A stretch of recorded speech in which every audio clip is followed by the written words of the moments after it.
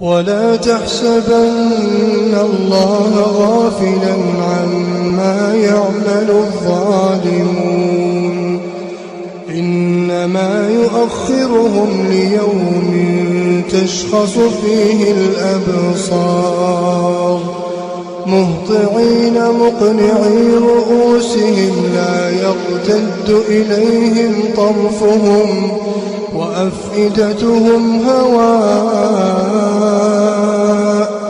وأنذر الناس يوم يأتيهم العذاب فيقول الذين ظلموا ربنا أخرنا إلى أجل قريب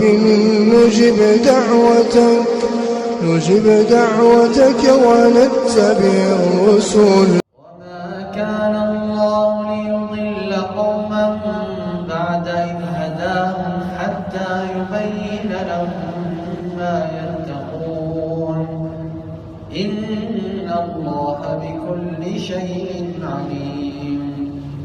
إن الله له ملك السماوات والأرض يحيي ويميت وما لكم من دون الله من ولي ولا نصير.